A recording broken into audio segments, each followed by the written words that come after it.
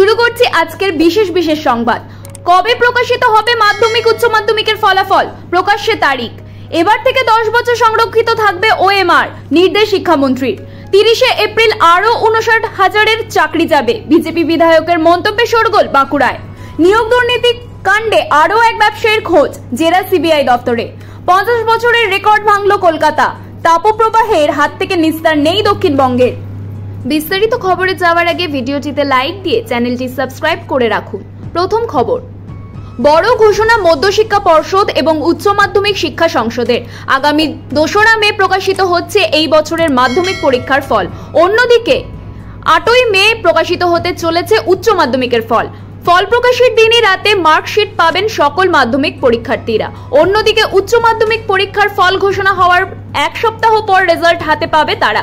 তবে দুটো পরীক্ষার ফল ঘোষণার 1 ঘন্টা পর থেকেই অনলাইনে নিজেদের ফলাফল দেখতে পারবে সকল পরীক্ষার্থী।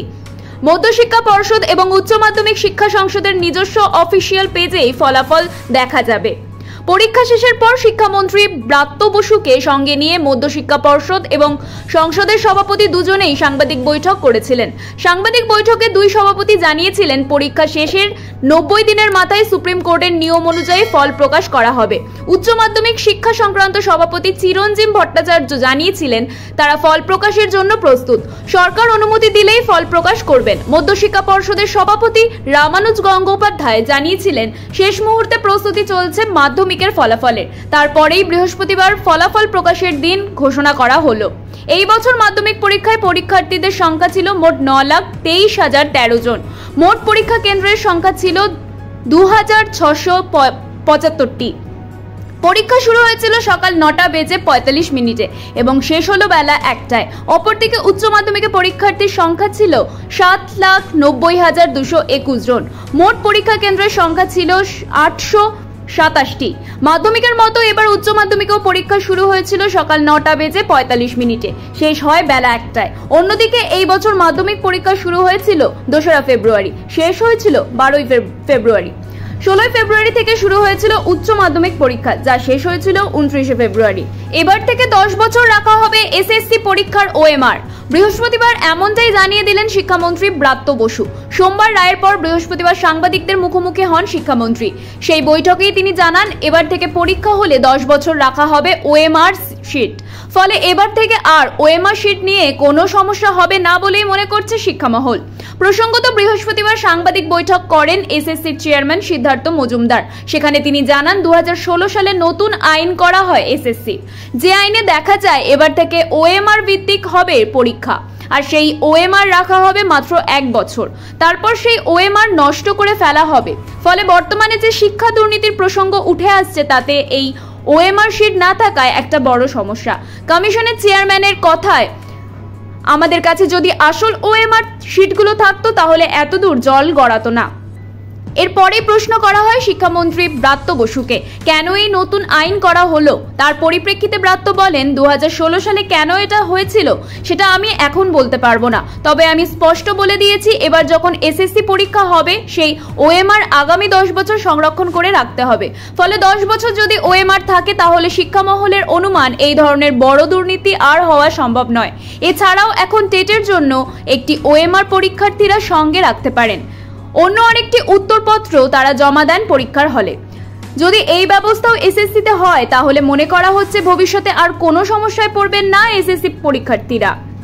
30 এপ্রিলের মধ্যে আরো 59,000 লোকের চাকরি যাওয়া শুধু সময়ের অপেক্ষা। প্রকাশ্য সভা থেকে বাঁকুড়ার ওন্দার বিজেপি বিধায়ক অমরনাথ শাখার বক্তব্য ঘিরে শোরগোল। এই ঘটনার পর বিধায়কের শিক্ষাগত যোগ্যতা নিয়ে প্রশ্ন তুলে সমালোচনায় সরব হয়েছে তৃণমূল।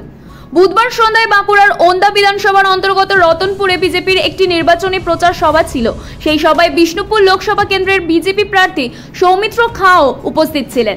সেখানে বক্তব্য রাখতে গিয়ে অমরবাবু বলেন, আগামী 4 জুনের পর লোকসভা ভোট মিটতেই আমরা এই বিধানসভার প্রত্যেকটি পঞ্চায়েত দখল করে নেব। কারো হিম্মত নেই আমাদের আটকায়। আগামী 30 এপ্রিলে রাজ্যের আরো 59,000 মানুষ চাকরি হারাবেন। এখন শুধু সময়ের অপেক্ষা। পরে সাংবাদিকদের মুখোমুখি হয়ে অমরনাথ শাখা বলেন, এই বক্তব্য কোনো উস্কানিমূলক মন্তব্য নয়। লোকসভার ফলাফল ঘোষণার পর তৃণমূলের দলীয় কার্যালয় খোলার মতো কেউ থাকবে না। তখন বিজেপি ছাড়া পঞ্চায়েত চালানোর মতো আর কেউ থাকবে না। যাদের চাকরি যাচ্ছে তাদের যাওয়া উচিত। যাদের টাকা দিয়েছেন তারা সেই তৃণমূলের নেতাদের বাড়ি থেকে তাড়া করে নিয়ে যাওয়া। এই ঘটনার পরিপ্রেক্ষিতে ঘাসফুলের প্রার্থী সুজাতা মণ্ডল বলেন, নিজেরা জায়গা খুঁজুন, ভোটের পর কোথায় লুকোবেন। কতটা প্রতিহিংসা পরায়ণ এরা, শুধু চাকরি খেতে জানে, চাকরি দিতে জানে না। নির্বাচন এগিয়ে আসছে তো তাই বিধায়কের মাথার ঠিক নেই।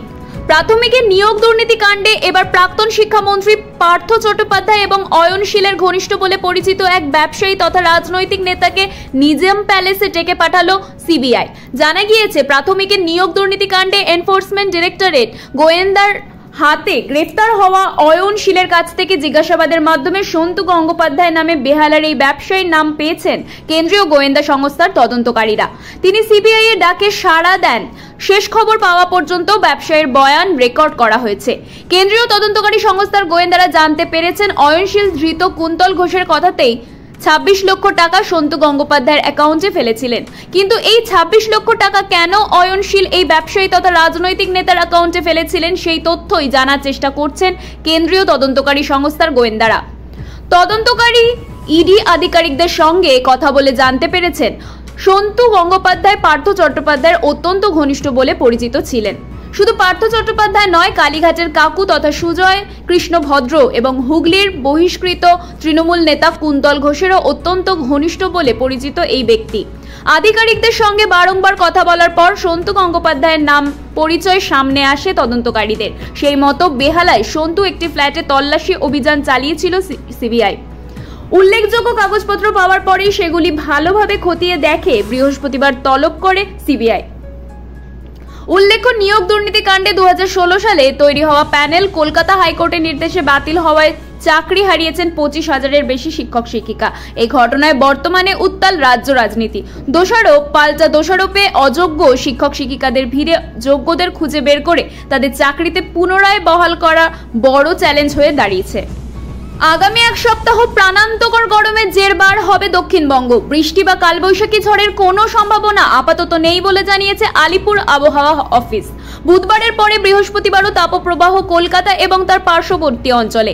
এই বিষয়ে আলিপুর আবহাওয়া অফিসের আবহবিদ সৌরিশ বন্দ্যোপাধ্যায় জানিয়েছেন, পশ্চিমবঙ্গের তাপপ্রবাহের যে পরিস্থিতি চলছে এই মুহূর্তে কমার সম্ভাবনা নেই।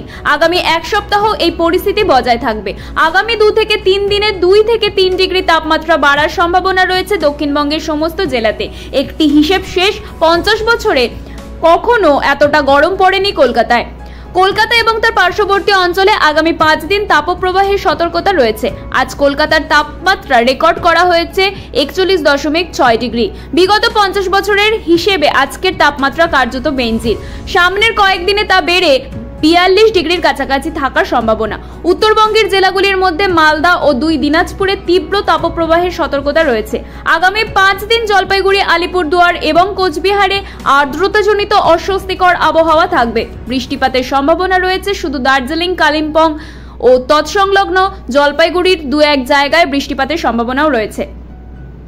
আগামী উত্তরবঙ্গের কোনো জেলায় বৃষ্টিপাতের সম্ভাবনা নেই। ফলে আইপিএল খেলা এবং নির্বাচনের সমস্ত কর্মকাণ্ড প্রচন্ড গরমের মধ্যেই চালাতে হবে। তবে এই প্রচন্ড গরমে সুস্থ থাকতে প্রয়োজনীয় সতর্কতা অবলম্বন করার কথা বলেছে হাওয়া অফিস।